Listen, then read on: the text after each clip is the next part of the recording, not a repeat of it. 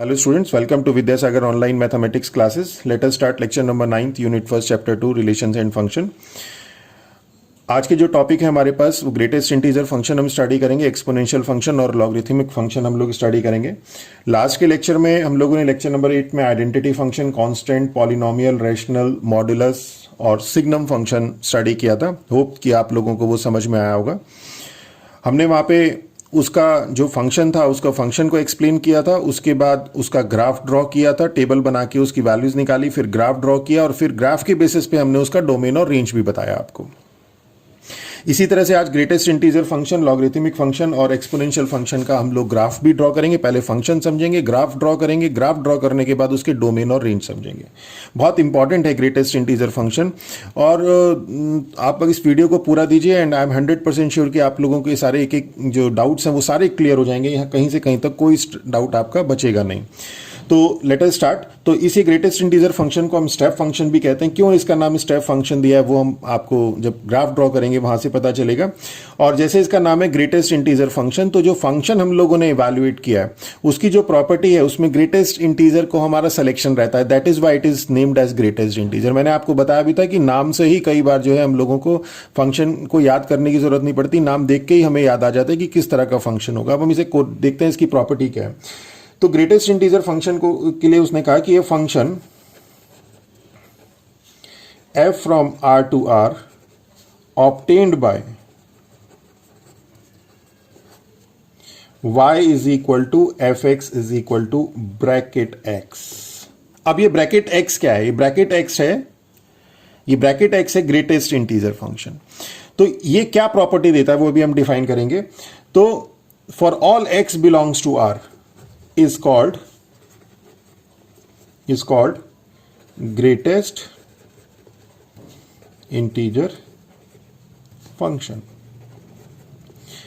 अब इसकी क्या प्रॉपर्टी है? ब्रैकेट में जो ये x है इसकी क्या प्रॉपर्टी है वो हम लोग स्टडी करते हैं. तो ये वेयर दिस ब्रैकेट x, अब मेन है आपके पास, जैसे हम लोगों ने आपको कांस्टेंट फंक्शन बताया था या आइडेंटिटी फंक्शन बताया था कि y is equal to F x is equal to X. ये आइडेंटिटी फंक्शन था, यानी कि for all x F X की जो वैल्यू मिलती थी हमें x मिलती थी. यहां पे फॉर ऑल x x की जो वैल्यू मिलेगी वो ब्रैकेट x मिलेगी. अब ये जो ब्रैकेट x है जो ग्रेटेस्ट इंटीजर फंक्शन है ये क्या डिफाइन करता है? तो वो करता है where this is defined as largest integer. देखिए लार्जेस्ट ग्रेटेस्ट इंटीजर फंक्शन है तो क्या कर रहा है? Largest integer that is less than और equal to x for all x belongs to R. यानी कि ये क्या दे रहा है? ये आपको लार्जेस्ट इंटीजर दे रहा है. इसकी जो वैल्यू होगी, इस ब्रैकेट x की जो वैल्यू होगी वो लार्जेस्ट इंटीजर होगी जो कि इस x से कौन सा लार्जेस्ट इंटीजर? वो लार्जेस्ट इंटीजर जो कि लेस देन और इक्वल टू हो x के. फिर से एक बार देखते हैं कि ये जो ब्रैकेट x आपको वैल्यू देगा ये देगा लार्जेस्ट इंटीजर. अब लार्जेस्ट इंटीजर तो बहुत सारे हैं, -1, -2, -3, -7, -10 अप टू इंफिनिटी. तो अब उसमें से कौन सा लार्जेस्ट इंटीजर? कंडीशन लगाई दैट इज लेस देन और इक्वल टू एक्स. तो ऐसा लार्जेस्ट इंटीजर जो कि या तो x के बराबर हो या x से छोटा हो. x से बराबर या छोटा जो भी लार्जेस्ट इंटीजर है वो जो है इसकी वैल्यू देगा. कैसे? सपोज हमारे पास एक रियल नंबर है 1.5. अब 1.5 हम लोग एक रियल लाइन लेते हैं, यहां पे. दिस इज 0, 1 एंड 2, -1 और -2. ओके, ये सारे हमारे रियल लाइन पे हैं और इंटीजर्स भी हैं. इसके बीच में इन दो इंटीजर के बीच में, किन्हीं दो इंटीजर के बीच में इनफाइनाइट रियल नंबर्स होंगे. इवन दो रियल नंबर के बीच में इनफाइनाइट रियल नंबर होते हैं और हमें सबकी वैल्यू देखनी है. तो यहां पे हमने ये इंटीजर सेलेक्ट कर लिया, क्यों? क्योंकि defined as the largest integer that is less than और इक्वल टू एक्स। अब हमें 1.5 ब्रैकेट 1.5 की वैल्यू देखनी, तो क्या होगा ब्रैकेट 1.5 की value? Largest integer that is less than और इक्वल टू 1.5। अब 1.5 कहां होगा? 1.5 यहां कहीं होगा, दिस इज 1.5। 1.5 से largest integer that is less than और इक्वल टू 1.5, तो 1.5 से छोटा या बराबर जो इंटीजर है वो ये सारे के सारे इंटीजर इससे छोटे हैं, और 1 भी जो है 1.5 से छोटा है, 0 भी 1.5 से छोटा है, -1 भी 1.5 से लेसर है, -2 भी 1.5 से लेसर है। तो कोई सा भी इंटीजर होता है और उसमें लार्जेस्ट, इन सभी इंटीजर में लार्जेस्ट मींस 1, तो this bracket 1.5 will give value 1। इसी तरह से अगर हम 1.2 देखें तो ये क्या वैल्यू देगा? 1.2 आपका यहां कहीं होगा। कई बार इसे हम लेफ्ट भी कह देते हैं कि largest integer on the left side. Okay, तो 1.2 से जो लेस देन और इक्वल टू इंटीजर है और उसमें लार्जेस्ट वैल्यू, उसमें, इसीलिए हम इसे ग्रेटेस्ट कहते हैं, इसीलिए हम इसे ग्रेटेस्ट कहते हैं, लार्जेस्ट नहीं कहते, ग्रेटेस्ट कहते हैं। तो 1.2 से लेस देन और इक्वल टू इंटीजर कौन से? ये सारे less than equal to integer है, 1 0 -1 -2 -3, और उसमें लार्जेस्ट कौन सा है? उसमें लार्जेस्ट 1 है, means this is also equal to 1। अगर हम 1 की बात करें तो क्या आएगा? Largest integer that is less than और equal to x, that is less than और इक्वल टू एक्स, इस 1 से या तो बराबर हो या लेस देन हो, तो ये तो खुद ही इंटीजर है, तो it means this is equal to 1। Less than और इक्वल टू 1, तो इक्वल टू वाली कंडीशन आ जाएगी। इसी तरह से अगर हम लोग इन दोनों के बीच में लेते हैं, सपोज ये 0.5 है, इसकी वैल्यू देखते हैं, 0.2 की वैल्यू देखते हैं, यहां पे -0.2 की वैल्यू देखते हैं, -0.5 की देखते हैं, इधर -1.2 की देखते हैं, और इधर -1.5 की, इन सब की वैल्यू देखते हैं। अब हम इसकी 0.5 की देखते हैं। 0.5 की क्या होगी? Largest integer that is less than और इक्वल टू दिस, तो लेस देन इसके इंटीजर, ये सारे इंटीजर जो है 0 -1 -2 लार्जेस्ट इसके लेस देन इंटीजर है, और उसमें लार्जेस्ट वैल्यू कौन सी है? उसमें लार्जेस्ट वैल्यू 0.5 के लिए 0 है, तो मीन 0। इसी तरह से 0.2 के लिए 0, और 0 के लिए largest integer that is less than और इक्वल टू, तो दिस इज 0। अब हम नेगेटिव वैल्यू के लिए देखते हैं, -0.2, largest integer that is less than और इक्वल टू दिस, -1 -2 -3 -4, और उसमें लार्जेस्ट -1, -2 इज ग्रेटर देन -2, तो दिस इज -1। इसी तरह से इसे हम 0.5 सीक्वेंस आ जाएगी, -0.2 के लिए लें तो दिस इज अगेन -1, और -1 के लिए लें तो दिस इज अगेन -1। इसी तरह से अब हम इस वाले सेक्टर में आए, इस वाले इंटरवल में -1.5 के, -1.2 के लिए, -1.2 के लिए -2, -1.5 के लिए, -1.5 के लिए -2, और -2 के लिए -2। I think it is clear कि लार्जेस्ट इंटीजर की वैल्यू कैसे निकालती है, ग्रेटेस्ट इंटीजर फंक्शन की वैल्यू कैसे निकालते हैं। अब हम लोग इसमें इंटरवल के लिए लेते हैं। देखिए आपके पास ये सब y की वैल्यू है, ये सब y की value, y for x is equal to 1.5, y for x is equal to 1.2, तो x इज इक्वल टू इन सब वैल्यूज के लिए आपको क्या मिल रहा है? इमेज मिल रही है 1। x की इन वैल्यूज के लिए आपको इमेज मिल रही है 0। इसके बीच में भी इनफाइनाइट वैल्यूज होंगी, वो हमने लिखी नहीं, हमने इन दोनों के बीच में भी इनफाइनाइट वैल्यूज होंगी, उनके लिए भी इमेज आपको 0 ही मिलेगी।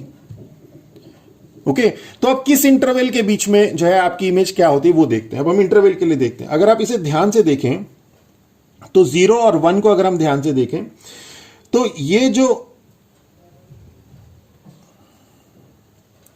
लार्जेस्ट इंटीजर, फिर से एक बार बता रहे हैं, largest integer that is less than और equal to x, that is less than और equal to x, means x की value when greater than equal to 0 होगी और लेस देन 1 होगी, जब एक्स की वैल्यू 0 से बड़ी या बराबर होगी और 1 से छोटी होगी, तो इस केस में जो ये ब्रैकेट x की वैल्यू होगी वो कितनी होगी? वो ब्रैकेट x की वैल्यू 0 होगी। इससे ये जो सर्कल हम बनाते हैं, इस सर्कल का मतलब है कि एक्सक्लूड, कई बार हम लोग ये इंटरवल नहीं लिखते। अगर हम इंटरवल ना लिखते और सिंपल इसे ऐसे करके ड्रॉ कर देते तो इसका मतलब है कि 0 से शुरू हो रहा है, यानी 0 इसमें इंक्लूडेड है और 1 एक्सक्लूडेड है। हमने यहां पे इंटरवल भी बता दिया, x is greater than equal to all values for which x is greater than equal to 0 less than 1। उसके लिए जो fx की वैल्यू है वो क्या है, 0 है। इसके बीच में कहीं पे भी आप कोई सी भी वैल्यू ले लो, 1 से छोटी कोई सी भी वैल्यू ले लो, उसका जो लार्जेस्ट इंटीजर है that is less than equal to x, वो क्या होगा, वो 0 होगा। और 0 के इमीडिएट बाद, 0 के इमीडिएट पहले जो भी आपके पास नंबर होंगे, रियल नंबर होंगे, उसकी जो लार्जेस्ट इंटीजर फंक्शन की वैल्यू होगी वो -1 होगी, अप टू -1 इस इंटरवल तक। जैसे इससे छोटा होगा तो जो इनके बीच में जितनी भी वैल्यूज आएंगी उसके लिए जो मॉड x की वैल्यू होगी वो -2 होगी। तो वही मैं आपको बता रहा हूं, यहां पे 0 से लेके एक्सक्लूडिंग 1 जो इंटरवल है उसके लिए मॉड x की वैल्यू 0, 1 से लेके excluding 2 means x is greater than equal to 1 less than 2, जो इसकी वैल्यू है वो है 1, -1 से लेके एक्सक्लूडिंग 0 x की जो वैल्यू है वो है -1, greatest, -1 is greater than -1 is greater than -2, then this is for x is greater than equal to -2 less than -1, जो इसकी वैल्यू है वो क्या होगी, -2। ओके, तो अगर हम लोग, अब आपको क्लियर हो गया ये सारी चीजें, I think it is now clear. अब हम जो है इसमें x और fx, वैसे तो x और fx आपको बता ही चुके हैं, चलिए फिर से एक बार देख लेते हैं। x और fx टेबुलर फॉर्म में भी लिख लेते हैं, सारी चीजें क्लियर कर लीजिए, बहुत इंपॉर्टेंट है। और कोशिश की गई है कि हर एक एस्पेक्ट से आपको समझाया जाए, इसमें कहीं कोई डाउट ना रह जाए, इसीलिए रियल लाइन भी ली गई इसमें और ग्राफ भी लेंगे। तो for x is equal to से दिस इज -2, -1.5, -1.2, -1, -0.5, -0.2, 0, 0.2, 0.5, 1, 1.2, 1.5 एंड 2। इसके लिए वैल्यू थी आपके पास -2, इसके लिए वैल्यू -2, इसके लिए वैल्यू -2, इसके लिए वैल्यू आ गई थी -1, -1, -1, फिर 0, 0, 0 एंड दिस इज 1, 1, 1 एंड इसके लिए 2 थी। क्लियर हो गया? मींस एक इंटरवल के लिए आपके पास फंक्शन की वैल्यू एक फिक्स होती है। इसे अब हम देखिए ये तो लिखा x और fx is equal to mod x। अब हम एक, जैसे हमने यहां पे x की वैल्यू क्या रखी, इंडिविजुअल वैल्यू रखी, अब हम x की इंटरवल वाली वैल्यू रखेंगे। अब हम x की इंटरवल वैल्यू रखते हैं।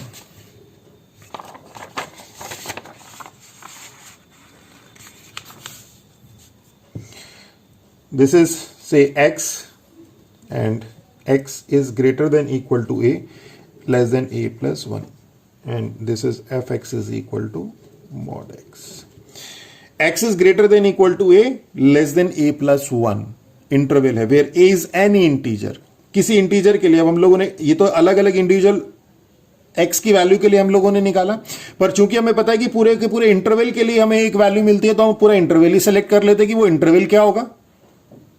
हम पूरे के पूरे इंटरवल के लिए, जैसे हमने यहाँ कहा कि x is greater than equal to -2 less than -1 interval के लिए जो मॉड x की जो इसकी bracket greatest integer function x की जो वैल्यू है वो -2 है, तो पूरे इंटरवल को हम ऐसे लिख लेते हैं। तो इसमें क्या आ जाएगा कि when x is greater than equal to -2 less than -1 the value is -2। When x is greater than equal to, देखिए यहीं से आ रहा है, when x is greater than equal to -1 less than 0 this is -1। यही हमने चीज एक पहले भी बताई है, greater than equal to 0 less than 1 this is 0। When x is greater than equal to 1 less than 2 the value is 1।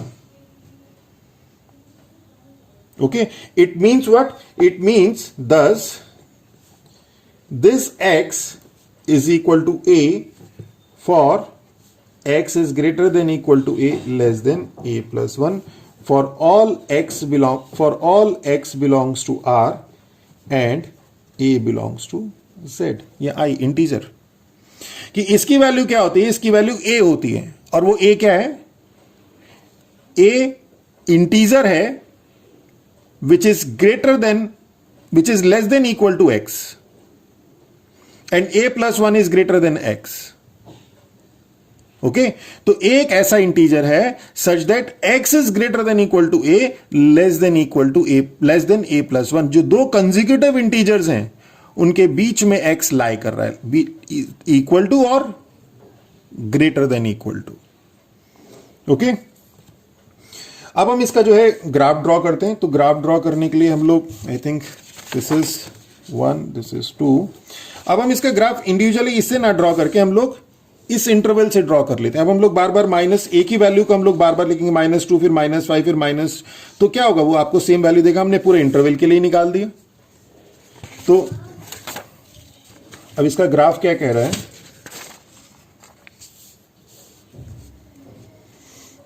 Graph कहता है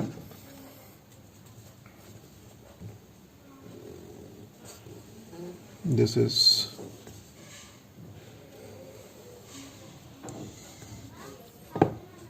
fx is equal to this x। Okay, अब देखिए 1 2 3 4, x is greater than equal to -2, less than -1। तो x की value क्या है, greater then, ये -1 ये -2, greater than equal to -2 means greater than equal to -2 and less than equal to -1, तो इधर की तरफ चलेगी। तो इसके लिए जो y की वैल्यू है, fx की वैल्यू है, वो -2 है। -2 मींस दिस एंड दिस। तो यानी कि इस पूरे इंटरवल के लिए ग्रेटर देन इक्वल टू -2 और लेस देन -1, इसमें ये वाला पॉइंट तो इंक्लूडेड है, ग्रेटर देन इक्वल टू है, ये वाला एक्सक्लूडेड है, 1 वाला, -1 वाला एक्सक्लूडेड है, और उसकी वैल्यू क्या मिल रही है हमें, -2 मिल रही है। मींस आपके पास ये आ जाएगा।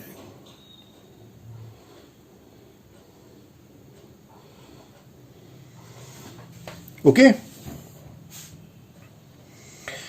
फिर से एक बार समझ लेते हैं इसको कि x is equal to -1, x is equal to -2। इसमें -2 पे आपकी वैल्यू कितनी है, -2 पे वैल्यू है हमारे पास -2, और -1 एक्सक्लूडेड है। -1 पे हमारी वैल्यू -2 नहीं है, तो इसलिए जब चूंकि -1 एक्सक्लूडेड है तो इसलिए हमने सर्कल कर दिया। -1 को छोड़ के इस इंटरवल में -2 से लेके नियर टू -1 आपकी जो वैल्यू है वो क्या है, -2। This is -2। Greater than equal to -1, less than 0, greater than equal to -1 means ये वाला पॉइंट इंक्लूड होगा, और वो सारी वैल्यू जो -1 से ग्रेटर देन इक्वल टू है और 0 से लेस है, यानी कि ये वाला पॉइंट इंक्लूड नहीं होगा। मींस इसके बीच की सारी वैल्यूज एक्सक्लूडिंग दिस 0, उसके लिए जो वैल्यू है वो -1 है, वो -1 ये आ गया आपका। तो दिस इज एक्सक्लूड कर दिया हमने x इज इक्वल टू 0 को। x इज इक्वल टू 0 पे y इज इक्वल टू -1 नहीं है, जैसे यहां पे था x इज इक्वल टू -1 पे y इज इक्वल टू -2 नहीं है। इसी तरह से यहां पे x इज इक्वल टू 0 पे y इज इक्वल टू -1 नहीं है।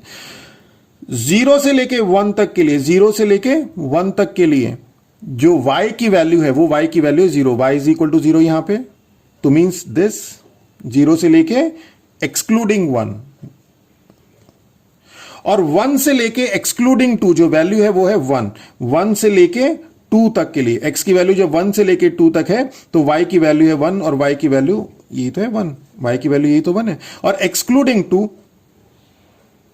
x की वैल्यू 2 के लिए नहीं है, ये x की value greater than equal to 1, less than 2 means excluding 2, 2 को हमने। तो दिस इज वाई, देखिए अगर आप इसे ध्यान से देखें तो क्या बन रहा है, स्टेप्स बन रहे हैं। तो that is why it is also called step function, that is why it is also called step function. अब अगर हम इसकी डोमेन और रेंज की बात करें तो डोमेन क्या हो जाएगा इसका, डोमेन ऑफ f मतलब x की वैल्यू। तो अगर आप x की वैल्यू देखें तो x की वैल्यू सभी के लिए डिफाइन हो रही है। अगर हम सिंपल अभी हमने यहां से लेके इस इंटरवल यहां से लेके यहां तक के लिए इसका ग्राफ ड्रॉ करा, तो देखिए x की सभी वैल्यू के लिए मिल रही है। यहां पे x की वैल्यू के लिए नहीं मिल रही है, पर ये यहां पे मिल रही है। इसको अगर एक्सक्लूड किया तो ये यहां पे इंक्लूड हो गया। तो x की सभी वैल्यू के लिए आपको क्या मिल रहा है, वैल्यू मिल रही है। मतलब डोमेन जो है वो क्या है, वो आपके पास R है। और अगर हम रेंज की बात करें, रेंज ऑफ f, तो यहां पे रेंज क्या है -2, यहां पे रेंज क्या है -1, यहां पे रेंज क्या है 0, यहां पे रेंज क्या है 1। तो मींस -2, -1, 0, 1 सारे रियल नंबर नहीं है, सारे इंटीजर्स हैं। तो मींस रेंज ऑफ f क्या हो गई, z ऑल इंटीजर्स।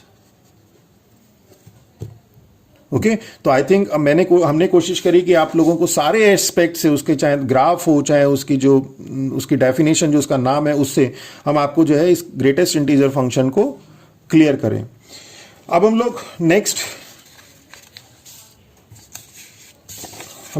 करते हैं एक्सपोनेंशियल फंक्शन। एक्सपोनेंशियल फंक्शन भी बहुत ही अच्छा टॉपिक है और इसे ध्यान से देखिएगा, और एक बार अगर आप लोगों को समझ में आ गया तो फिर कहीं से कहीं तक कोई डाउट नहीं रहेगा आपको। तो इसे ध्यान से समझिए। एक्सपोनेंशियल, देखिए डेफिनेशन देके समझाना तो बहुत आसान है, मैं भी 2 लाइन में डेफिनेशन लिखूं और उसके बाद आपको कहूं इसे याद कर लो, तो that is not fair enough कि जब हम मैथमेटिकल प्रॉब्लम को सॉल्व करते हैं तो कहीं ना कहीं अगर हमारे कॉन्सेप्ट्स क्लियर नहीं है तो कहीं ना कहीं हमें परेशानी आती है। तो इसीलिए हम लोग कोशिश करते हैं कि सारी चीजों को क्लियर, कॉन्सेप्ट को क्लियर करते चले जाएं। तो एक्सपोनेंशियल फंक्शन की अगर हम लोग बात करें तो जैसे इसका नाम है एक्सपोनेंशियल फंक्शन, तो एक्सपोनेंशियल होगा means a raise to the power x होगा।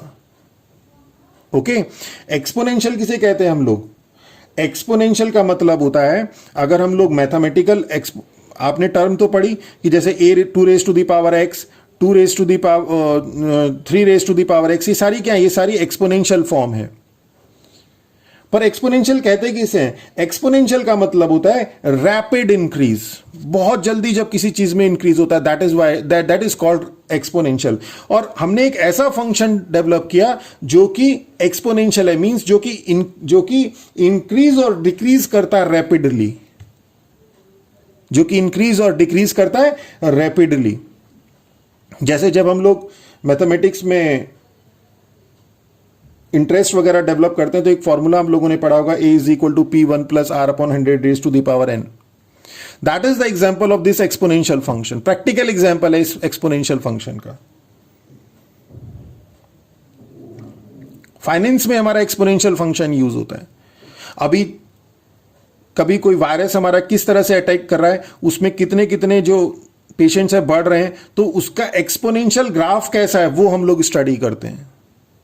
तो हमने एक ऐसा फंक्शन डेवलप किया जो कि रैपिडली इंक्रीज करता है, तो उसको हमने उसकी कुछ प्रॉपर्टी हमने डिफाइन करी कि भाई इसकी प्रॉपर्टी ये चीजें होंगी, तो उस प्रॉपर्टी के बेसिस पे हमने जो है एक फंक्शन को डिफाइन किया और कहा ये एक्सपोनेंशियल फंक्शन है। अब वो क्या है देखिए, अब फंक्शन हम सारी चीजें स्टडी करेंगे, वो प्रॉपर्टी क्या है वो भी देखेंगे, इसे हमने एक्सपोनेंशियल नाम दिया, वो क्यों, उसका क्या मीनिंग है, और उसमें जो कुछ वैल्यूज आती हैं, से एक आती है a is greater than 0 and a is not equal to 1, वो a की वैल्यू उन दो के अलावा, उन दो पर, जैसे a इज ग्रेटर देन 0 है and a is not equal to positive for all positive except 1, उन्हीं पे क्यों डिफाइंड होती है, सारी चीजें हम डिस्कस करेंगे।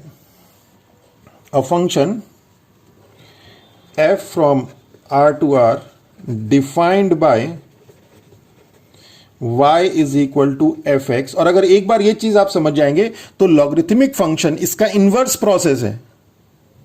लॉगरिथमिक फंक्शन के लिए हमें फिर ज्यादा नहीं पढ़ना पड़ेगा, वो इसका एग्जैक्टली इनवर्स है, तो हम लोग थोड़ा ज्यादा समय इसमें लगाएंगे और लॉगरिथम फंक्शन फिर हमारा इनवर्स प्रोसेस से सारी चीजें हमें समझ में आ जाएंगी। This a raise to the power x for all x belongs to r where a is greater than 0 and a is not equal to 1। इसमें a जो है हमारा बेस होता है, बेस कहते हैं इसे, और x जो है एक्सपोनेंट है, exponent. Where a is greater than 0 and a is not equal to 1 is called exponential function। देखिए ये तो इसकी डेफिनेशन हो गई, अब हम इसकी डेफिनेशन को समझते हैं।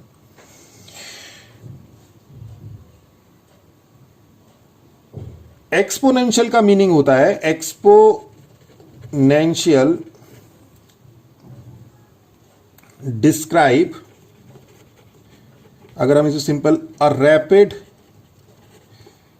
इंक्रीज और डिक्रीज। एक्सपोनेंशियल का मतलब है कोई चीज बड़ी स्पीडली बढ़ जाए। तो जब कोई चीज बड़ी स्पीडली बढ़ने वाली होती है तो हम उसको जो है इस फंक्शन की फॉर्म में डिफाइन करते हैं। या फिर मैथमेटिकल जो डेफिनेशन है, मैथमेटिकल डेफिनेशन ऑफ एक्सपोनेंशियल। अब इसमें एक्सपोनेंशियल में इंक्रीज और डिक्रीज दोनों होते हैं। बहुत एक्सपोनेंशियली इंक्रीज भी कर जाता है, एक्सपोनेंशियली डिक्रीज भी कर जाता है। तो जो वो एक्सपोनेंशियली, इसे हम इंक्रीज को कहते हैं एक्सपोनेंशियली ग्रो, और डिक्रीज को कहते हैं डिके। ये क्या होती है? मैथमेटिकल डेफिनेशन जो एक्सपोनेंशियल ग्रो और एक्सपोनेंशियल डिके की है is says that a quantity that increases or decreases with a rate proportional to its current size. Proportional to its current size exponentially.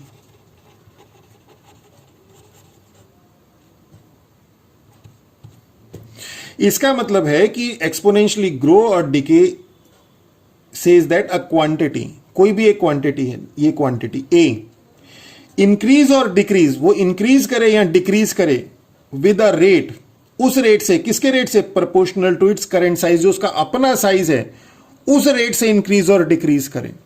Means A suppose 2 है तो 2 raised to the power 2, 4 2 raised to the power 3, 8 2 raised to the power 5, 2 raised to the power 6, 2 raised to the power 7, 2 raised to the power 8। Means वो जो quantity increase कर रही है या decrease करे with a rate proportional to its current size, इस a के size से ही तो इंक्रीज करे। 2 raised to the power 2, 2 raised to the power 3, 2 raised to the power 4, तो इसी साइज से तो इंक्रीज कर रही है या डिक्रीज कर रही है। तो इस तरह के फंक्शन को हम कहते हैं, इस तरह की टर्म को कहते हैं एक्सपोनेंशियल ग्रो और डिके। और जो इस प्रॉपर्टी को सेटिस्फाई करता है, एक्सपोनेंशियल ग्रो और डिके की कंडीशन को सेटिस्फाई करता है, उसे हम कहते हैं, ऐसा फंक्शन जो इस प्रॉपर्टी को सेटिस्फाई करे उसे कहते हैं हम एक्सपोनेंशियल फंक्शन। अब बात आती है, आई थिंक ये सिर्फ समझाने के लिए आपको, अब बात आती है कि इसमें जो हम कहते हैं कि this for all x belongs to r where a is greater than 0 and a is not equal to 1। अब ऐसा क्यों है? a is greater than 0 क्यों है? ये फंक्शन जो डिफाइंड है a is greater than 0 के लिए है। क्यों? a is not equal to 1 के लिए क्यों डिफाइंड है? अगर हम a is equal to 1 ले लें तो क्या हो जाएगा? कुछ भी नहीं होगा। अगर हम वैसे बात करें तो y is equal to 1 की कुछ भी वैल्यू रखोगे आपके पास 1 आ जाएगी। मींस ये क्या हो गया आपके पास? ये कांस्टेंट फंक्शन हो गया। तो क्या ये कांस्टेंट फंक्शन एक्सपोनेंशियल फंक्शन नहीं होगा? क्या पॉलिनोमियल फंक्शन कांस्टेंट फंक्शन नहीं था? पॉलिनोमियल फंक्शन कांस्टेंट फंक्शन था, पर ये एक्सपोनेंशियल फंक्शन नहीं है। क्यों नहीं है? क्योंकि y इज इक्वल टू 1 आपको जो वैल्यू दे रहा है वो एक कांस्टेंट वैल्यू दे रहा है, जबकि एक्सपोनेंशियल फंक्शन की प्रॉपर्टी के अनुसार कि उसके अकॉर्डिंग हम लोग क्या करते हैं, हम लोग ने एक ऐसा फंक्शन डेवलप किया जो कि एक्सपोनेंशियली ग्रो करे या डिके करे। तो ये y is equal to 1 means for a is equal to 1, ये जो फंक्शन है ये इसकी प्रॉपर्टी को सेटिस्फाई नहीं करता, इसलिए हमने कहा भैया इसे रहने दो।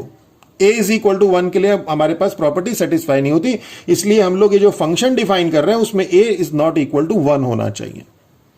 हमने कस्टमाइज तरीके से एक फंक्शन बनाया जिसमें कहा कि वो फंक्शन ऐसा होगा कि जो इंक्रीज करेगा एक्सपोनेंशियली या डिक्रीज करेगा।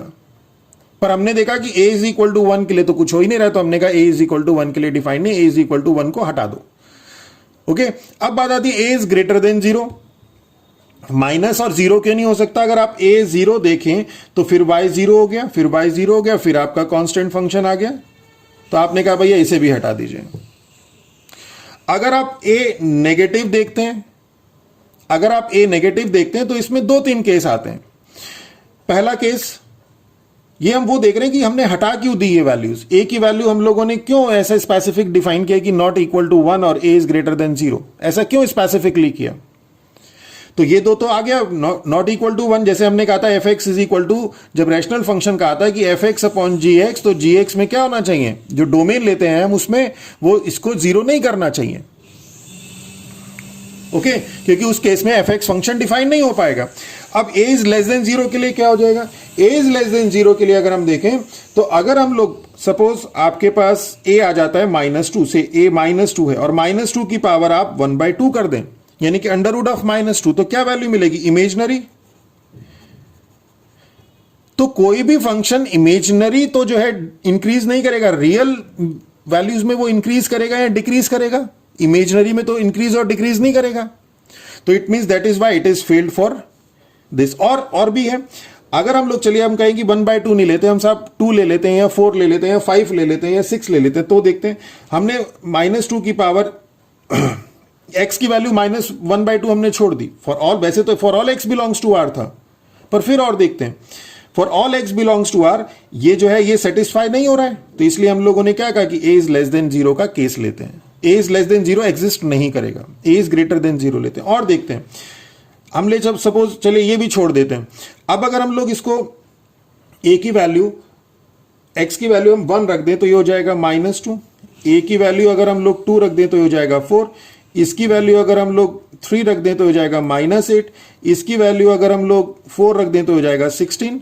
तो अब आप इसमें देखिए -2 से सीधा 4 पहुंच गया, -2 से जब 1 रखी, वेन x की वैल्यू आपने 1 रखी, y की वैल्यू -2 हो गई, तो ये यहां पे था।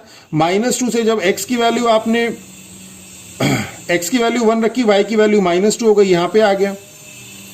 वेन x की वैल्यू आपने 2 रखी तो y की वैल्यू 4 हो गई, यहां पे ऊपर पहुंच गया।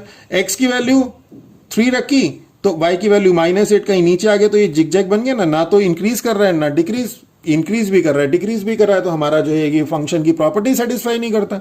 वैसे तो सिंपल यहीं से पता चल जाता है for all x belongs to r, ये रियली होना चाहिए था, पर चूंकि इमेजनरी आ रहा है इसलिए हमने कहा is less than equal to case को छोड़ दो। उसके अलावा और भी इसमें टेक्निकल प्रॉब्लम थी, तो इसलिए हमने क्या कहा कि ये जो फंक्शन डिफाइंड होगा ये फंक्शन होंगे positive for all values of a which is positive and not equal to 1।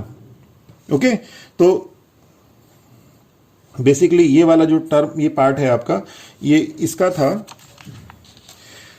अब हम लोग इसको आगे देखते हैं कि एक्सपोनेंशियल फंक्शन में,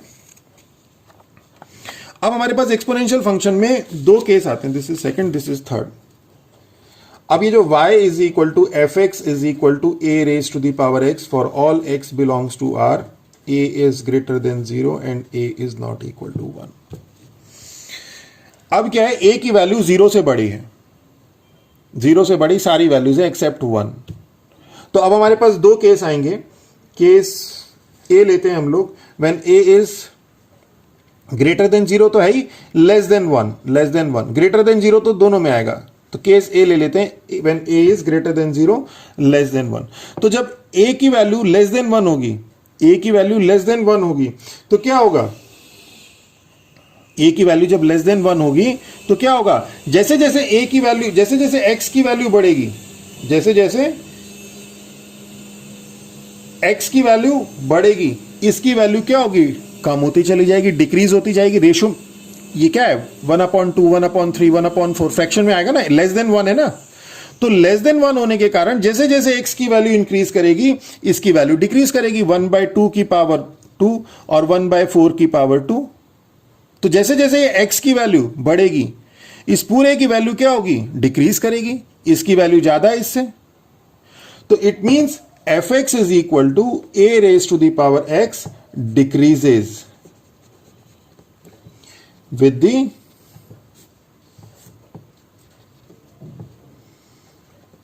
increase in the value of x। अब हम इसकी एक टेबल देख लेते हैं, ये x है and this is f x is equal to a raise to the power x। हम यहां पे से a मान लेते हैं 1/2, ओके, से a मान लिया 1/2, तो 1/2 और x की वैल्यू मान ली हमने वही जनरली -2, -1, 0, 1 एंड 2। तो 1/2 a raise to the power x है ना, 1/2 रेज टू द पावर -2, कितना हो जाएगा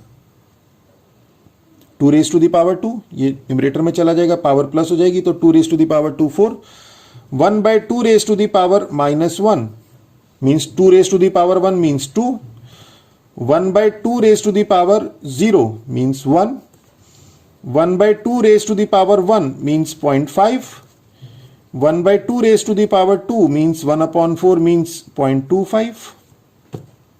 इसको जब हम लोग इसका ग्राफ बनाएंगे तो हमें समझ में आएगा कि x की वैल्यू जैसे जैसे इंक्रीज कर रही है, fx की वैल्यू देखिए, वैसे तो fx की वैल्यू डिक्रीज कर ही रही है, 4 2 1 0.5 0.25, यही तो बताया कि fx is equal to a raise to the power decreases with the increase in the value of x when a is less than 1। जब a क्या होगा, लेस देन 1 होगा, ग्रेटर देन 0 तो यूनिवर्सल कंडीशन है, इसमें लिखना चाहो लिखो, मत लिखना चाहो मत लिखिए। तो when a is less than 1 तो क्या होगा, y decreases with the increase in the value of x। अब हम लोग सेकेंड केस लेते हैं कि when a is greater than 1, तो जब a greater than 1 होगा तो fx is equal to a raised to the power x क्या करेगा, ये इंक्रीज करेगा, increases with the increase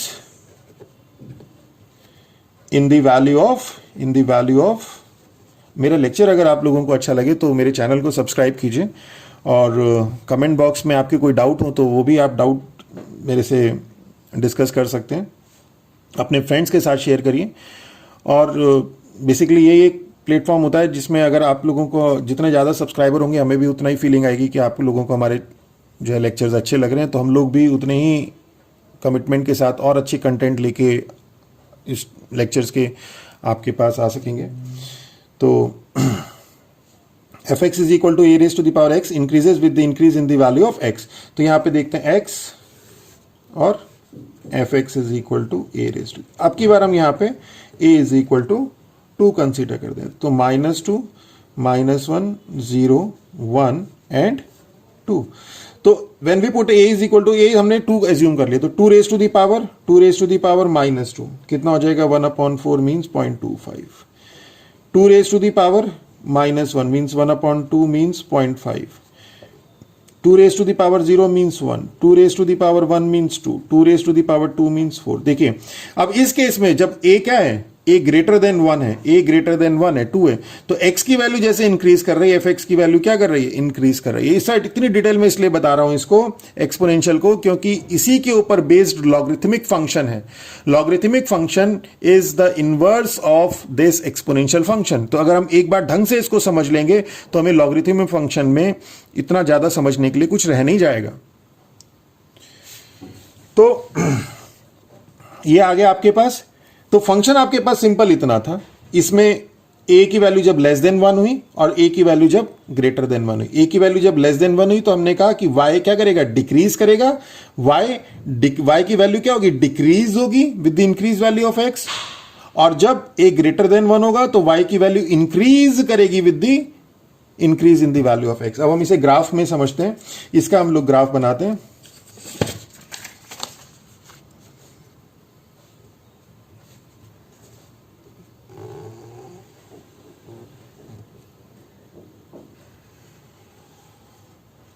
x y, this is y is equal to fx is equal to a raised to the power x for all x belongs to R, a greater than 0 and a is not equal to 1। when we put, हम लोग case लेते हैं a is less than 1, a is less than 1 में a 1/2 ले लिया हमने।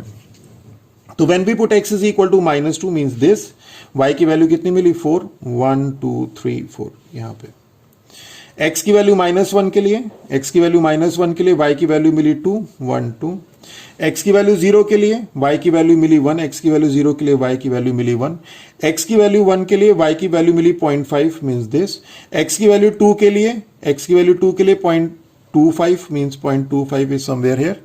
इसी तरह से x की वैल्यू 3 के लिए और छोटी वैल्यू मिलेगी, 4 के लिए और छोटी वैल्यू मिलेगी, 5 के लिए और छोटी वैल्यू मिलेगी, ओके तो नियर टू 0 हो जाएगा। तो अगर आप इसको देखें तो इसको अगर आप मैचिंग कराएं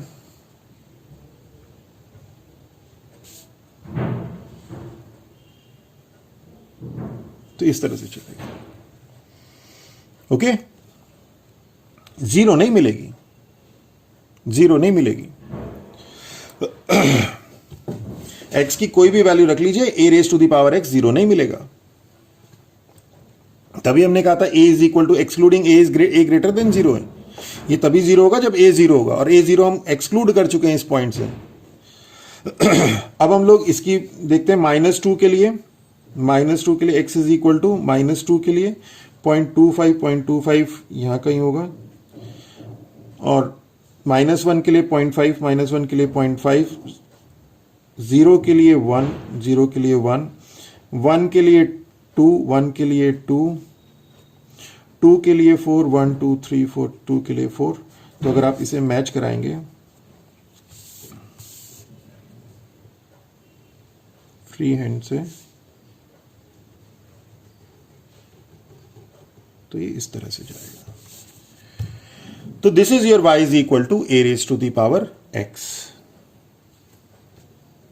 ओके, ये है आपका fx is equal to a raise to the power x when a is greater than 1, और ये वाला है fx is equal to a raise to the power x when a is less than 1।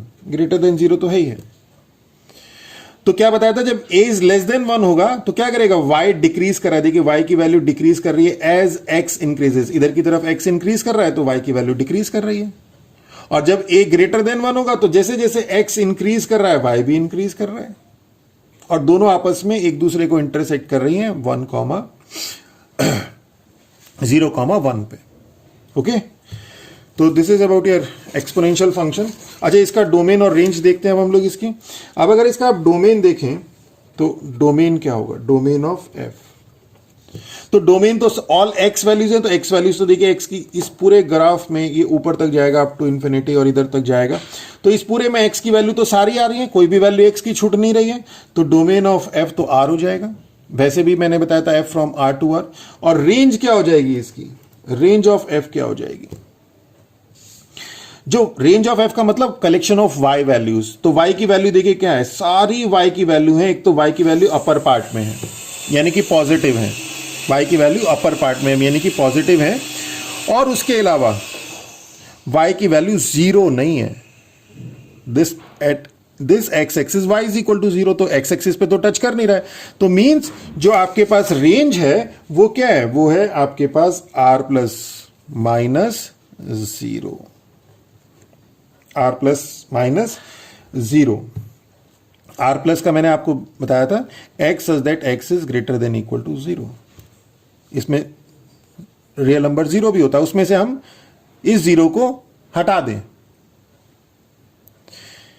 इस 0 को, या इसे इंटरवल की form में हम लोग लिख सकते हैं open interval 0, infinity, x such that x is greater than 0 less then infinity. ऐसे भी लिख सकते हैं n नंबर ऑफ तरीके, इंटरवल की फॉर्म में, रियल नंबर की फॉर्म में, और सिंपल आपका सेट बिल्डर फॉर्म में।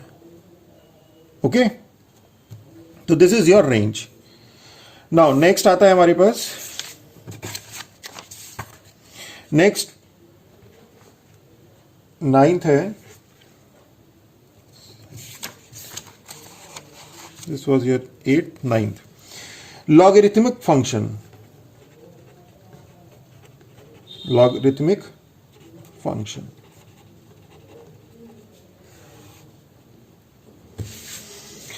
लॉगरिथमिक फंक्शन क्या है, मैंने कहा था आप एक बार एक्सपोनेंशियल फंक्शन अच्छी तरह से समझ लीजिए, लॉगरिथमिक फंक्शन समझने में कहीं कोई परेशानी नहीं आएगी। और वही यहां पे है कि लॉगरिथमिक फंक्शन हमें सिर्फ एक लाइन समझनी है कि logarithmic function are the inverse of the exponential function. कि logarithmic functions are the inverse of exponential functions। Inverse of exponential function का मतलब है कि अभी आपने जो फंक्शन पढ़ा था उसमें पढ़ा था y is equal to a raise to the power x। आप x की वैल्यू रखते थे, y की वैल्यू मिलती थी आपको, x की वैल्यू रखी, y की वैल्यू x की रखी, ये ठीक है। यहां पे हमारे पास x is equal to a raise to the power y, x is equal to a raise to the power y।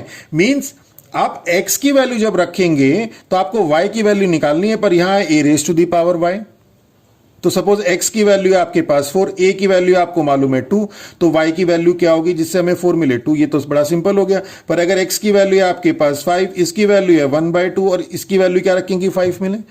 तो इस तरह की प्रॉब्लम को सेटल करने के लिए ये x is equal to a raise to the power y, this is called inverse, this is also called inverse of exponential function. x is equal to a raise to the power y। तो इसकी problem को solve करने के लिए हम लोगों ने एक टर्म इंट्रोड्यूस करी है and that is called log. तो उस लॉग की हम लोगों ने कुछ प्रॉपर्टीज दी और वो लॉग की जो प्रॉपर्टीज हैं वो काफी प्रॉपर्टीज आपकी एक्सपोनेंशियल फंक्शन की आई, क्योंकि उसी का इनवर्स प्रोसेस है। तो हमने लॉगरिथम फंक्शन को कैसे डिफाइन किया? अ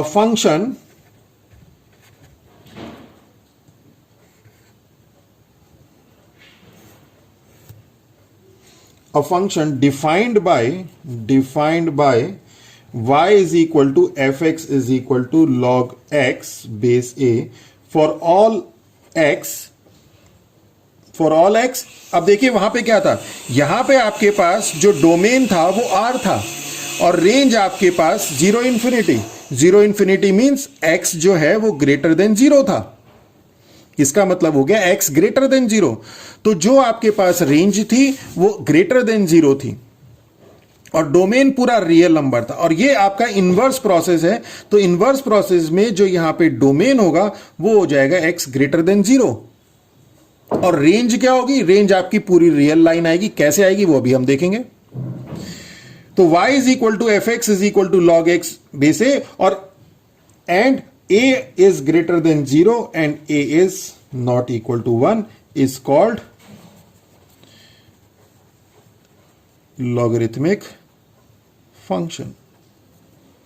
इसे हम लॉगरिथमिक फंक्शन कहते हैं। Okay,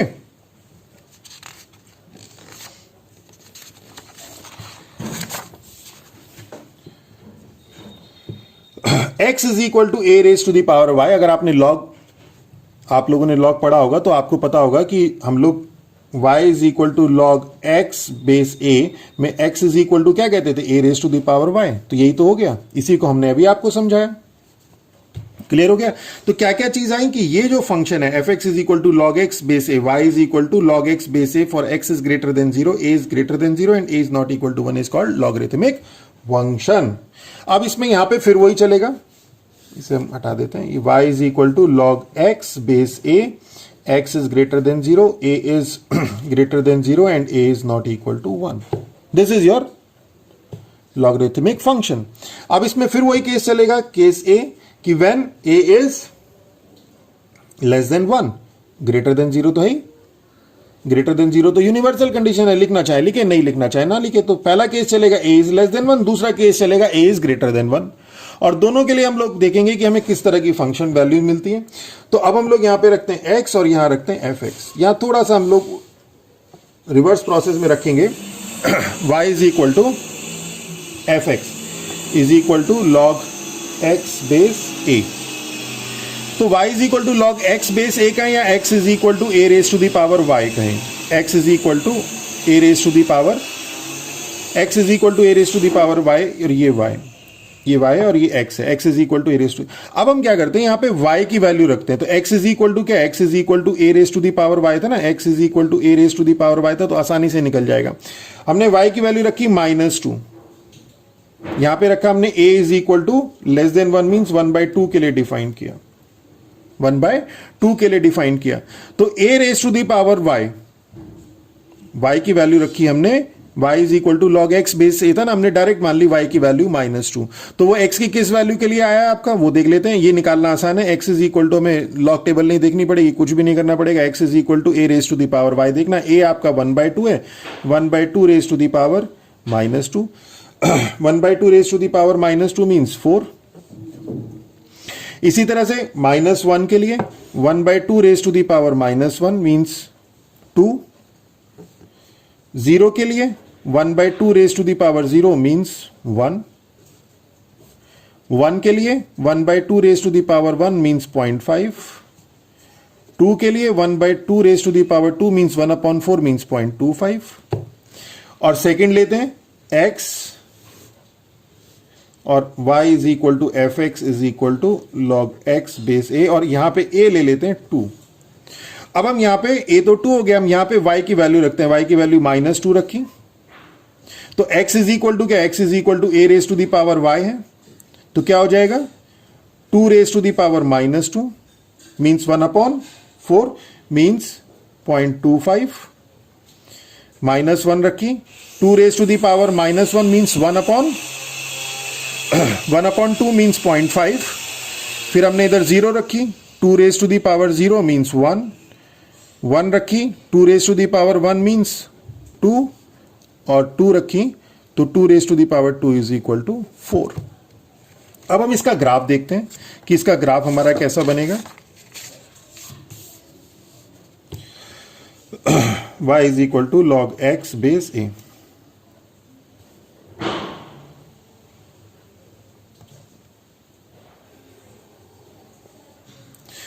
When x is equal to 4, तो 1 2 3 4, x is equal to 4, y is equal to -2 1 2 this point. When x is equal to 2 1 2, y is equal to -1 means this point. When x is equal to 1, y is equal to 0 means this point. When x is equal to 0.5, when x is equal to 0.5, y is equal to 1 means this point. When x is equal to 0.25, when x is equal to 0.25, y is equal to 2 means this point. तो अगर आप इसे ध्यान से देखें तो ये कुछ इस तरह से आ रहा है। अगर इनके सभी पॉइंट्स को आप मिलाते चलें, ये टच नहीं करेगा, इसको टच नहीं करेगा, ये इस तरह से जाएगा। और इसी तरह से अगर हम इसको देखें तो when x is equal to -2, when x is equal to -2, y is when x is equal to 0.25, when x is equal to 0.25, y is equal to -2, तो -2 1 2 यहाँ पे कहीं होगा। when x is equal to 0.5, when x is equal to 0.25, ये यहाँ होगा। और when x is equal to 0.5 means यहाँ, तो y is equal to -1 यहाँ आ जाएगा। when x is equal to 1, y is equal to 0 यहीं आ जाएगा, ये वाला पॉइंट हो जाएगा। x is equal to 2, y is equal to 1 यहाँ आ जाएगा। x is equal to 4, y is equal to 2 means x is equal to 4, y is equal to 2 ये आ जाएगा। तो अगर आप इसे ध्यान से देखें, इसको मिलाते हुए चलें अगर, तो ये यहां से मिलेगा। और अगर आप देखें इस फंक्शन को ये तो है आपके पास for a is greater than 1 और ये है for a is less than 1, y is equal to log x base a और ये भी y is equal to log x base a। और अगर आप इसे देखें और इससे पहले एक्सपोनेंशियल फंक्शन को देखें तो काफी सिमिलरिटी आपको दिखाई देंगी। This is your exponential function, this is your logarithmic function. और अगर इसी के बेसिस पे अगर आप इसकी डोमेन और रेंज बताएं तो डोमेन ऑफ f मतलब x की वैल्यू, तो देखिए x की वैल्यू ये वाली है इस लाइन पे, दिस इज x एक्सिस पे देखिए वैल्यू कहां से कहां तक वेरी कर रही है, 0 को नहीं टच कर रही है। कोई सा भी कर्व 0 को टच नहीं कर रहा है, तो कोई सा भी कर्व अगर 0 को टच नहीं कर रहा है इसका मतलब x की वैल्यू 0 नहीं है, तो मींस उसके राइट साइड में, इसके राइट साइड में, यानी कि x की वैल्यू क्या आ रही है, सारी पॉजिटिव रियल नंबर आ रही हैं। x की वैल्यू क्या आ रही है, सारी positive, means domain of f जो है वो क्या हो जाएगा, डोमेन ऑफ f आपका वही हो जाएगा जो वहां पे रेंज थी, मींस r±0, या इसे हम लोग कहें कि x such that x is greater than 0, या आपने इंटरवल की फॉर्म में 0, कैसे ही कर दीजिए। और जो रेंज है इसकी, अब आप देखिए इसकी रेंज इसकी, यानी y की वैल्यू क्या हो रही है, ऊपर से पूरा इस y एक्सिस को अगर आप देखें तो पूरा का पूरा कवर कर रहा है, ऊपर भी और नीचे भी। यहां से अगर इस वाले कर्व को देखें तो ये पूरा जाएगा आगे तक, अप टू इन्फिनिटी जाएगा, बहुत आगे तक जाएगा। तो मींस इसमें y की सारी वैल्यू मिल रही है, नेगेटिव पॉजिटिव वैल्यू भी मिल रही है, नेगेटिव भी मिल रही है, तो इसका मतलब रेंज ऑफ f क्या है, वो है आपका r। And this is all about your logarithmic function. और अगर मेरा लेक्चर आप लोगों को अच्छा लगा तो मेरे चैनल को सब्सक्राइब कीजिए, कमेंट बॉक्स में कमेंट करिए, अपने फ्रेंड्स के साथ शेयर करिए। With that all, thank you. Next lecture में और अच्छे कंटेंट्स आप लोगों के लिए लेके आएंगे। Thank you.